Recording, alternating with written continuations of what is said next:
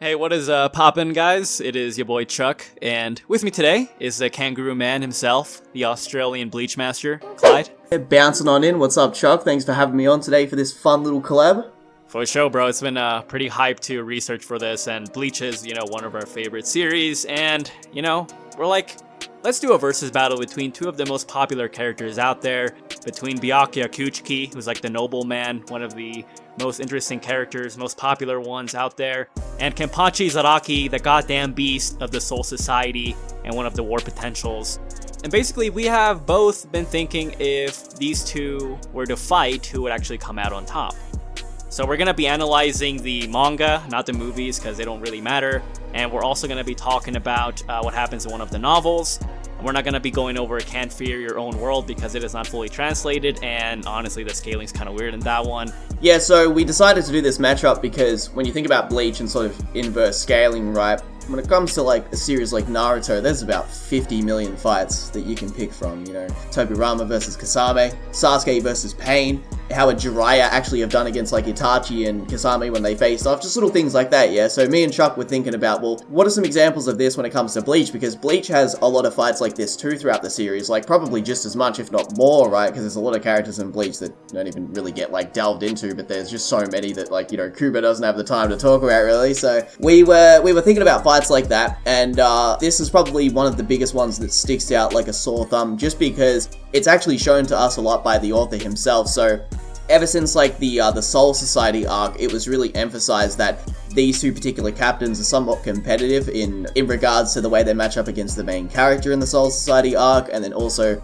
later on as the story progresses, we get to see that they're competitive in actual confrontations. Like they mentioned how they've actually wanted to fight each other for a long time, and it's also a really generally sort of interesting clash of personalities because Byakuya is more of the clean-cut, edgier character, whereas Kenpachi has that sort of, Vegeta, Grimjow, like rival-esque sort of like, I just want to fight everybody sort of feel to him. So it's like, it's interesting to see those two go at each other.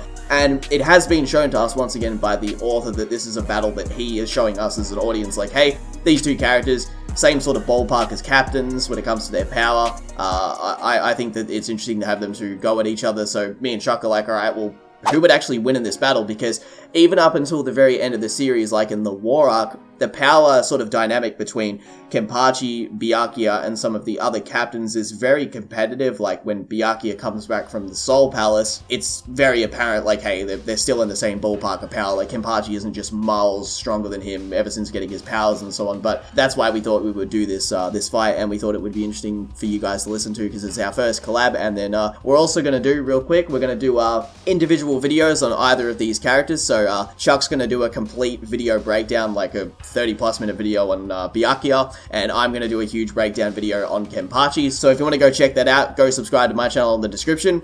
It'll be a really good video, and then also when Chuck releases his Byakuya video, that's going to be pretty hype too. So yeah, how do you want to start this video? Because this is like a pretty contentious fight, to be honest. Like there's a lot of beef in the community when it comes to this. So for one, Kenpachi literally at the very start of the Soul Society arc was literally so confident that he could take on several captains. I mean, Komamura and also Tosen, and even his two vice captains at the same time. He's shown that he can take a lot of punishment because, I mean, against Ichigo, he was getting cut up several times and he was just laughing his ass off while having blood spewing out of him. Against Ulquiorra, like, he literally, like, pierced him with his arm and he was still, like, just having a good time, So he's able to deal with a lot of punishment. One of the reasons as to why I think Kenpachi is kind of overlooked in a way is because people might be like, oh, if he was so powerful, why did he lose to Ichigo? Why did he almost lose to Ulquiorra? Why did he have, some trouble against these other characters? And if you've read the manga and also one of the novels, it is revealed that he had an unconscious suppression within him because he wanted to fight battles to like the death. He wanted to have fun, and that is why he, put on the eye patch. He put on the bells to like let enemies know where he was. But eventually, Unohana helped him pretty much get rid of this, and that is why we see him with, I guess, a clear head, in battle. And even with this seal that, he had on his power being removed, Byakuya was still seen as being comparable to him, as, we'll be going over later on. And Kenpachi's power is so immense that, like, a lot of these characters realize that not only was he a war potential, but that if they lost Kenpachi in the battle against the Stern Ritter, that it was such a critical point in the war that if, he was gone, they might have actually lost the war then and there. This is also a really good point by Chuck, because one thing that's really established in the war arc when it comes to Kenpachi is that Kenpachi is sort of placed in this pillar of he is meant to replace Yamamoto once Yamamoto dies. Yamamoto was essentially the only weapon that the Soul Society really had when it comes to defending themselves against the Quincy as a whole. I mean, it's even shown when, like, Shunsui's first act as head captain is that he goes straight to Central 46 and he's like, yo, we need to train Kenpachi ASAP. And this is something that Central 46 years ago was scared about, because they thought that what would happen is that Kenpachi would learn kendo from all the training with Yamamoto that he did in the past, and then he would just become too strong for them to be able to control, because they were fearful that he might be like bordering insanity / be a rogue, character of the series, right? They didn't know what he could turn out to be if he was to get that strong, which shows us that there is a narrative consistency that, like, he's essentially like their Gustav cannon, right? / like their nuclear bomb on the team. Like, that's the point of him. And then you have the fact that it's actually stated that if Kenpachi is to die, that they might potentially lose the war, which is very similar to statements that Aizen makes about Yamamoto, where he says that if Yamamoto falls, so does the Soul Society. It's actually stated in one of the novels that Aizen purposely left Kenpachi in Wako Mundo with, coincidentally, the strongest of Sparta being Yami with his secret release form, and being the number 0 with 2 release forms, and then Ulquiorra, who has a secret release form and fought against the Vasto Lorde, which Aizen refers to as a new power, and he's impressed by that. But when it comes to Hallibal and Stark losing in their battle, he literally says he's disappointed by their power. Just saying. Kind of consistent that he leaves the most trusted Espada, which also in the data books is confirmed to go on more missions than any other Espada, for Aizen being Ulquiorra and the secret strongest. So Aizen, basically, to go back to this point, he left Kenpachi in Wako Mundo, and he wanted to reach his Hogyoku form before he fought Kenpachi, because he was aware that Kenpachi has the potential to access this insane power, which is obviously famous among the Soul Society, and he's been suppressing himself for a very long time. I mean, Urahara knows how strong that Kenpachi was, because she fought him in the past when he wasn't restricting himself, and also she points out that, hey, you lost to guys that you should have never lost to, being Ichigo, and almost dying against Noyatora, and then even having trouble with Yami, which is something that should have actually not happened. Kenpachi even makes a statement, which you could write off as him being cocky, but he states something along the lines of, I told the Soul Society that they only needed me to go into Wako Mundo to go take out the Espada, which, when you find out about, how strong he truly is with the restrictions, plus the Aizen statement from the novels about him purposely leaving him in Wako Mundo to prepare for him, it's actually not that crazy to think that, Kenpachi was kind of spitting facts. Like, if he had reached his true potential power, he could have washed all of the Espada by himself, which is really crazy to think about. So there is that. So as I mentioned, Kenpachi is able to take so much punishment and is able to unleash so much power that Grammy, who is like renowned to being one of the strongest Stern Ritter due to his power of imagination, Kenpachi was still too powerful for him, that he had to constantly basically focus on his durability so he wouldn't get cut off like immediately.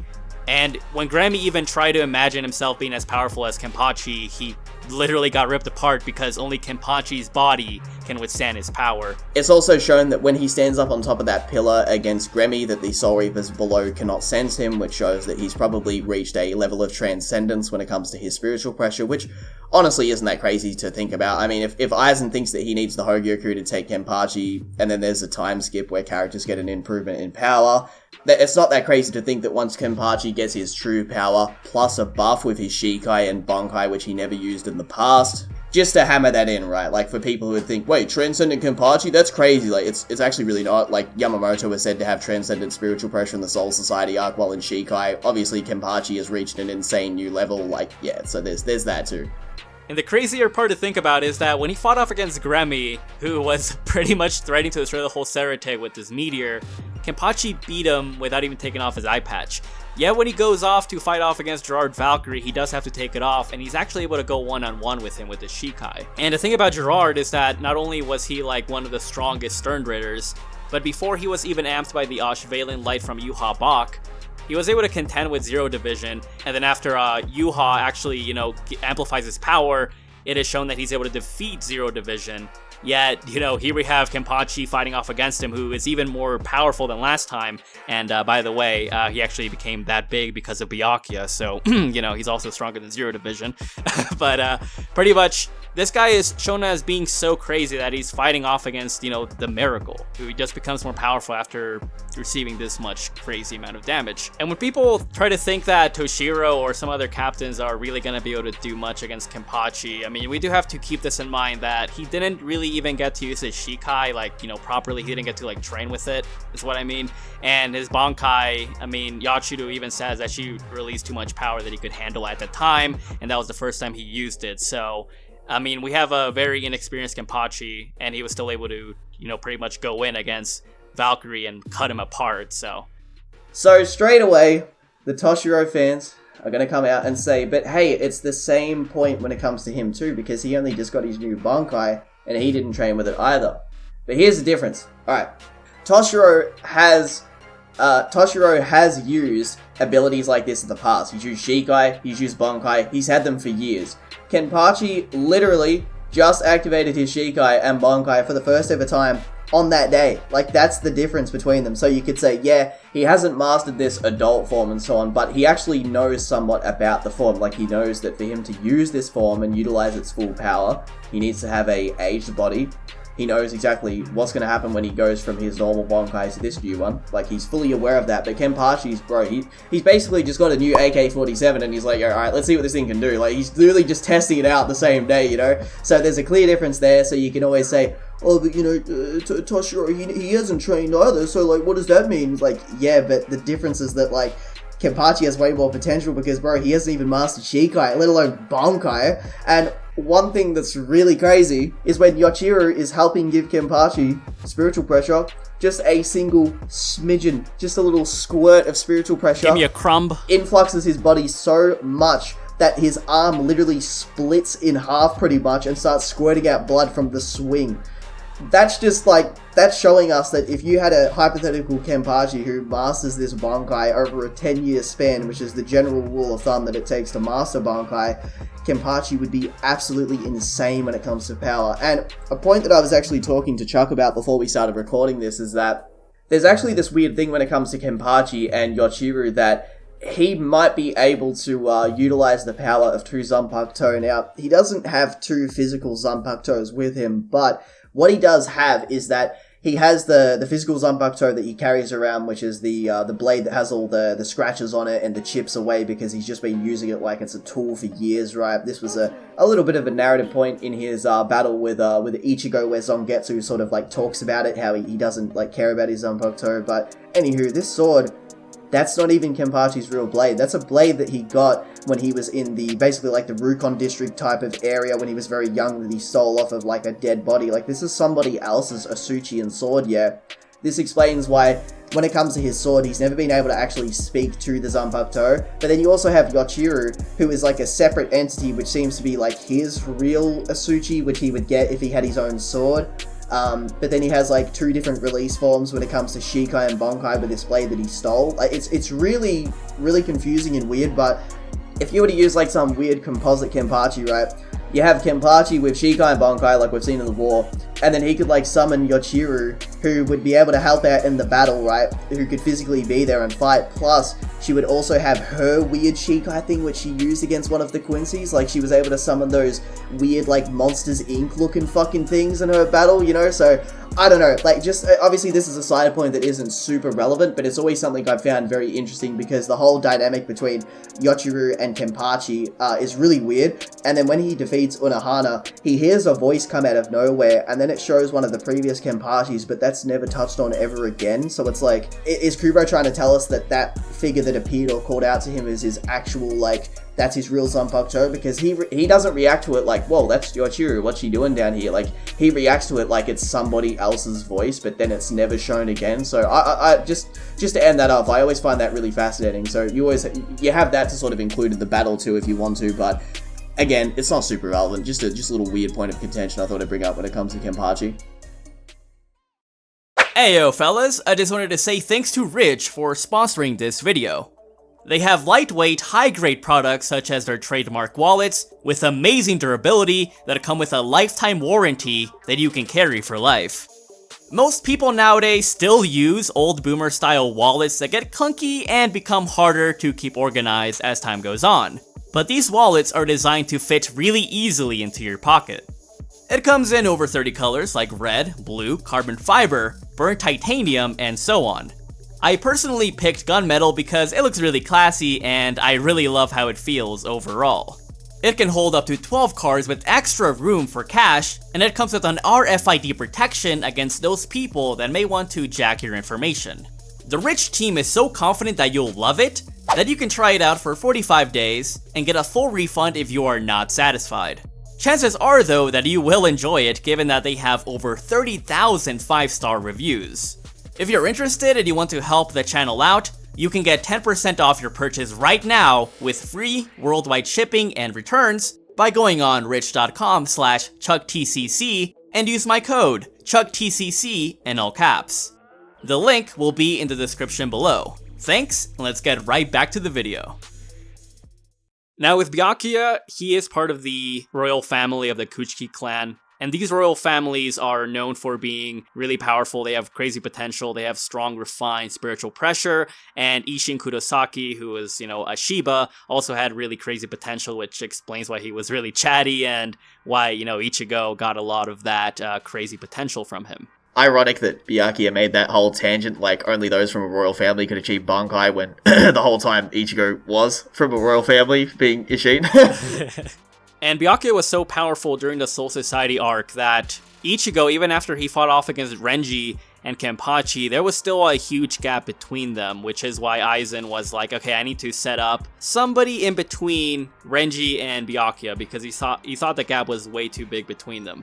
And even after Ichigo obtained, his incomplete Bankai, Byakuya was pretty much still able to beat him, and after he was about to finish him off, that is why Ichigo got his anime power-up of, the hollow form, which is how he was able to beat him. But after that, Byakuya got like a crazy sense of resolve that he needed to get really powerful, which is why he trained day in and day out for months between the Soul Society arc and the Wekamundo arc, which allowed him to become so powerful that not only could he like defeat Zamari, who is like the fastest Espada, faster than base Stark, but essentially not only could he keep up with him, but he was also shown as being comparable enough to Kenpachi that he could actually damage and keep up with Yami, who, as we've said, is pretty much like the strongest Espada. And although Kenpachi was helping him out, he was still shown as being competitive enough that he could actually take on him and even dodge his attacks. And the crazy part of this is that he was actually like bickering with Kenpachi, and he's like, why should I finish him off? It's like a barbarian's job. So, he was basically telling Kenpachi to just take care of Yami. And Kenpachi was like, yo, why are you talking crap? Like, you want to go? And as I said earlier, Byakuya he's not scared of him. He's intimidated, and he was ready to swap hands with him right there. So, it's possible that they might have fought each other as well during that time. We just didn't see like the actual result.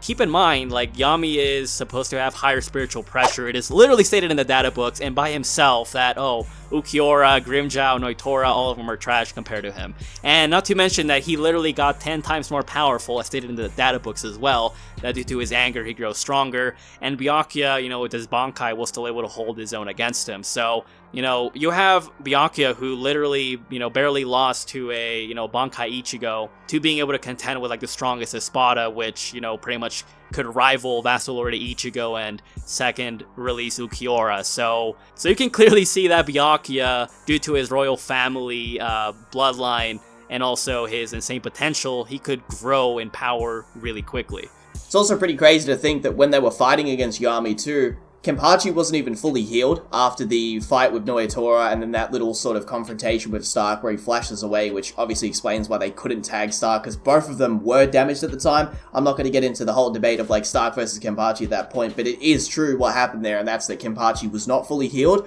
While they were bickering, as Chuck mentioned, like back and forth throughout that battle, they would basically argue with each other, and then like while they would throw attacks at each other, or they would like basically tell Yami to fuck off, like it would damage him enough to be like a legit attack, so that's pretty fucking crazy too. Byakuya is able to take a pretty good amount of punishment because when he fought against Zamari, he cut off like his tendons and, was still fine pretty much. But against Asnod, he got like his organs ripped out of him, and sure, Plot and Taito Kubo pretty much got like pushed on by the fangirls because they were they got really salty that Byakuya died. I think it would have been better if he did. Yeah, but essentially he was able to survive in a comatose state after having all this stuff taken out of him, and he was actually in a healing bath for the longest in history, which basically like replenished his blood and restored it.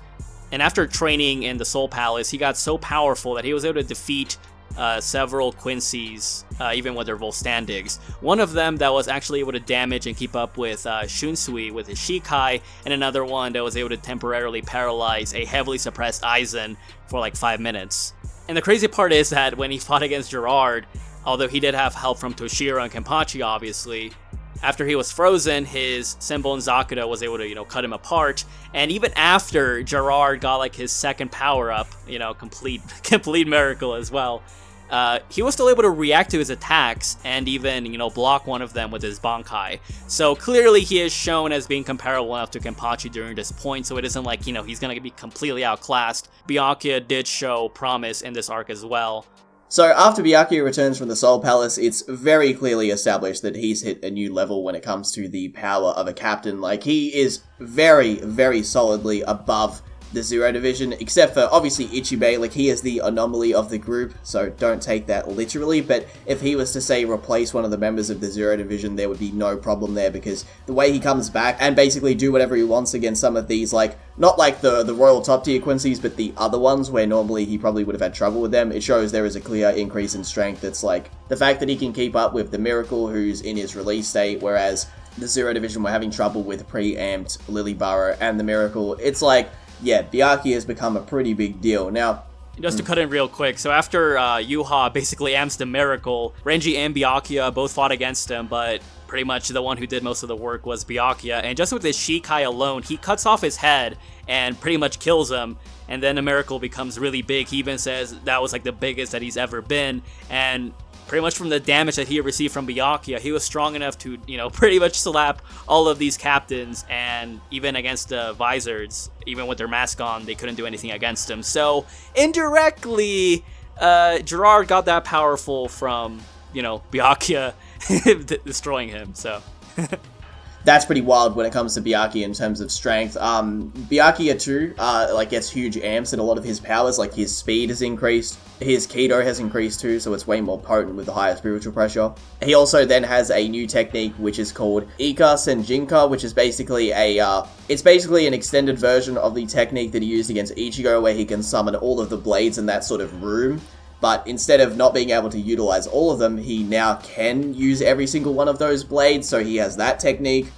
And then also he's able to block one of the second form attacks from the Miracle. Now, that in itself is really wild. Like, you could always write it off as like, oh, it was just a random hand trying to grab them and he just blocked it with his Senbon Sakura. But, like, the fact that he did that when straight after he transformed, they said this form doesn't even compare in terms of power to the original because it's just that much stronger, right? Like, they're not even in the same ballpark of power. That's really cool.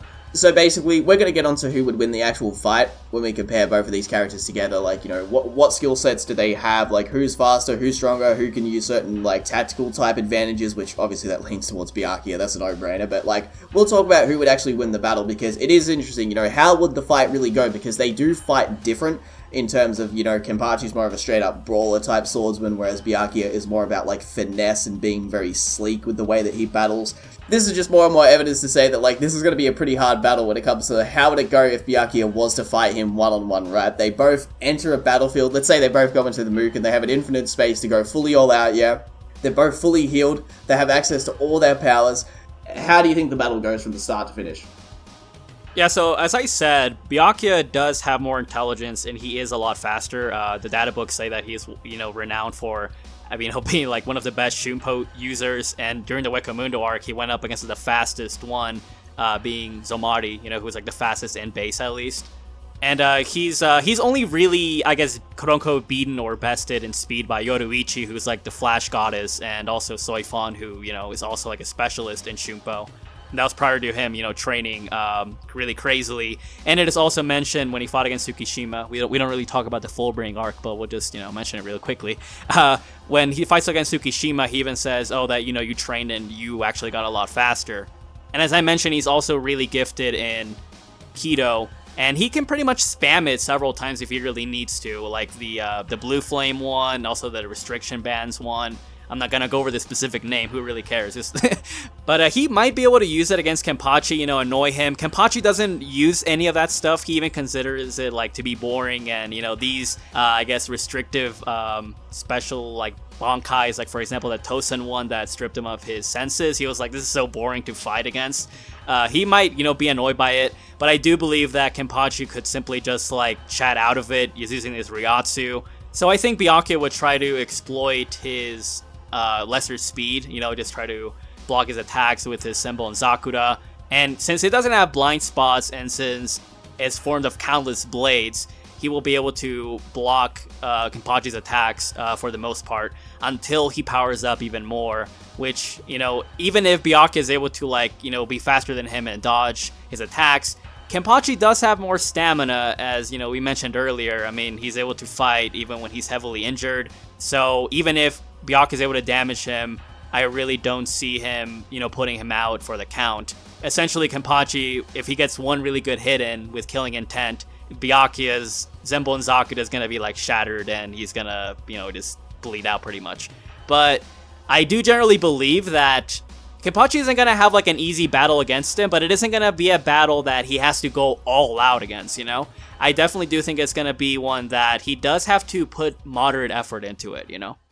Yeah, so the general sort of like feel to this video, if you're listening to this up to this point, is that you might think we've just been giving a lot of credit towards Kenpachi this entire time, but it's not that cut and dry. Like, when it comes to this battle, yeah, it's going to be like this. So when it comes to Kido seals and stuff like that, Byakuya can use lots of those to create opportunities in the battle. He could use like Rikujokoro to seal him in place. He could use lots of Kido and Bakudo to sort of like shoot it from a distance to keep Kenpachi away and use it as a diversion to basically open up attacks to slash him and so on. And it is interesting because when it comes to the speed of the two characters, obviously Byakuya is very much shown to be, he's the speed guy. Like that's his whole aesthetic. It was a major narrative point about the Soul Society arc, was that Ichigo would have to learn to become faster to keep up with Byakuya. Like that was a huge point of that arc, right? And just in general, he's always been shown to be a fast character. Well, although Kenpachi isn't shown to use Shunpo, you know, just flash steps and all of that stuff in general, right? You know, he isn't really ever shown to do that. We do know that his general, like, reaction speeds and combat ability is quick enough to keep up with that level. So although he might not be, like, flashing around the battlefield like Byakuya, if Byakuya gets anywhere close to him, or he uses his rose petal blades to, like, throw it at him, he'll still be able to react to all of them. So, like, a lot of people think, like, because Kenpachi isn't shown to be that quick, that's going to be an issue. It's not at all. Like, he'll be able to fight against him one-on-one. If he gets close to him, he'll be able to keep up with him. This was clearly shown to us in that Yami battle, where both of them were keeping up with one another. It's actually wild to think that if Kenpachi could use Flash Step, he'd be pretty fucking quick, just keeping that in mind, because he's just fighting off of raw, just reaction speed, and fighting like a barbarian, as, you know, as Byakuya says.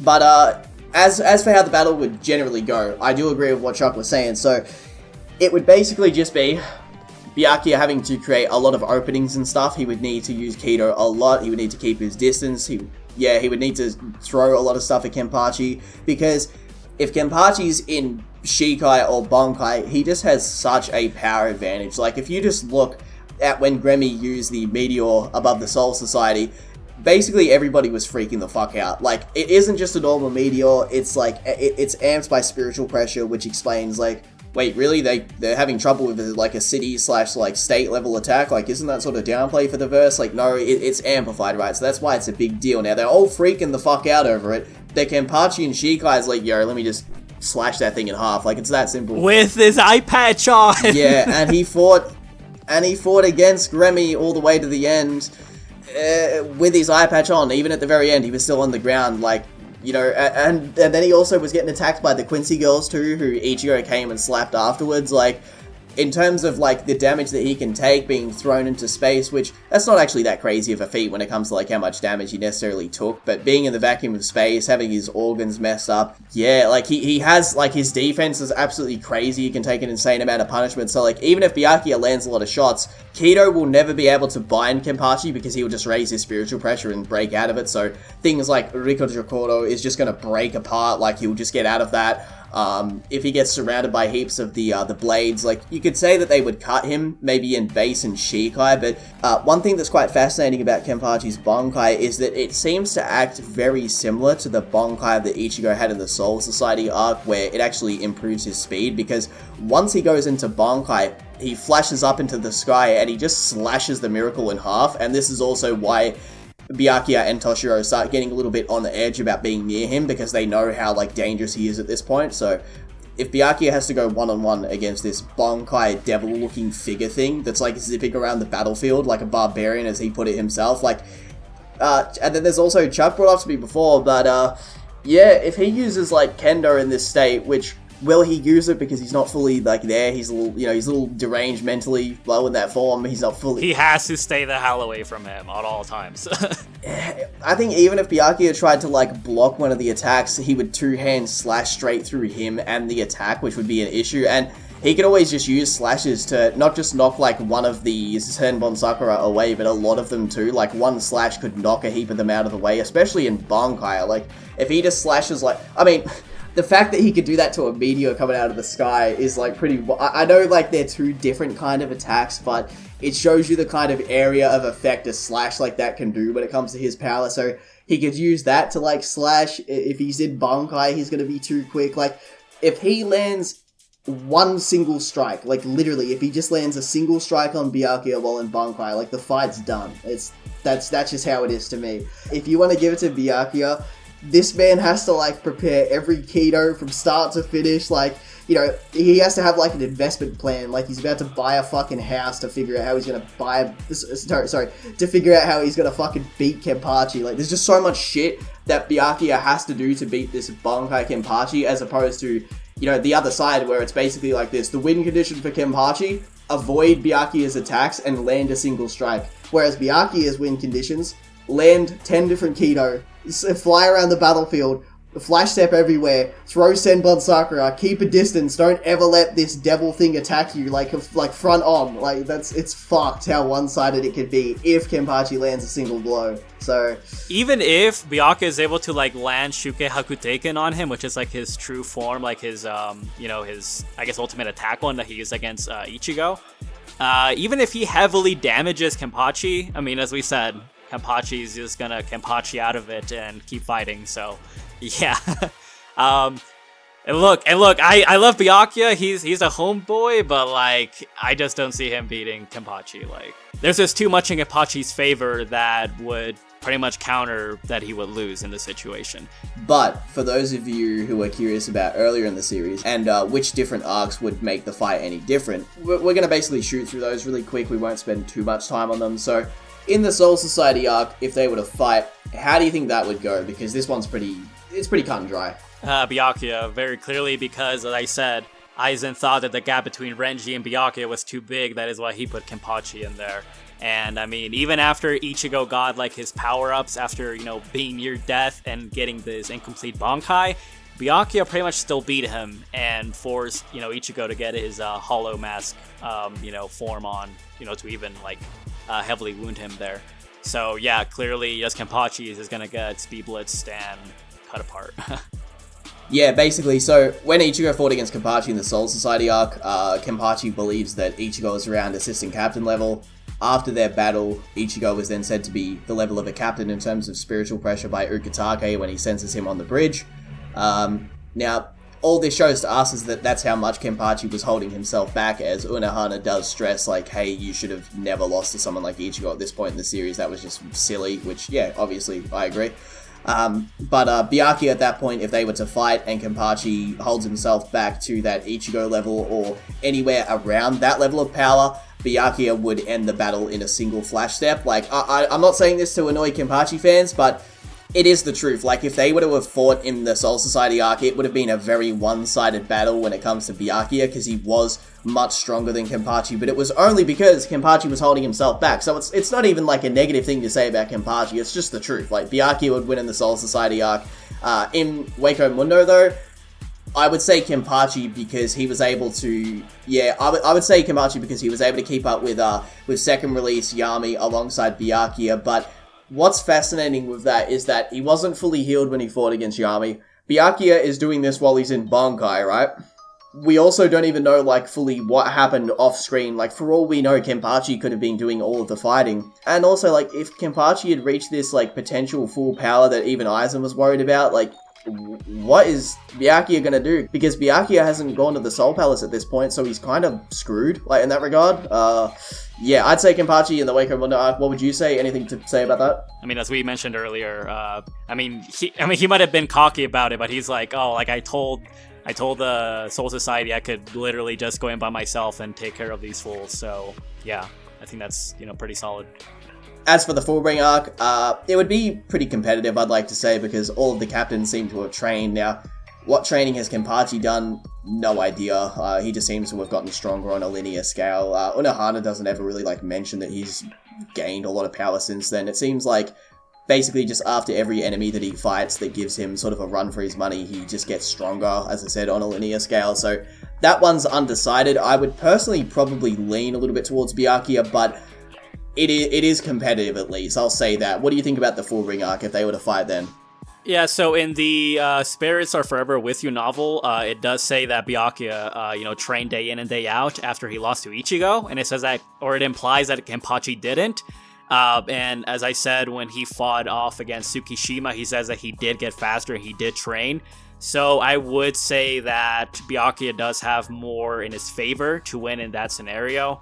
But I mean, Kenpachi was so powerful that he literally cut like one of the Stern Ritters in half and finished the fight like the quickest. So, and Byakuya does imply that if Tsukishima fought Kenpachi instead of him, that it might have not been too good for Kenpachi because Tsukishima's ability allows him to not only enter himself into like somebody's Zanpakuto, but also like their past, and he would know like Kenpachi's abilities and possibly like the counters to him.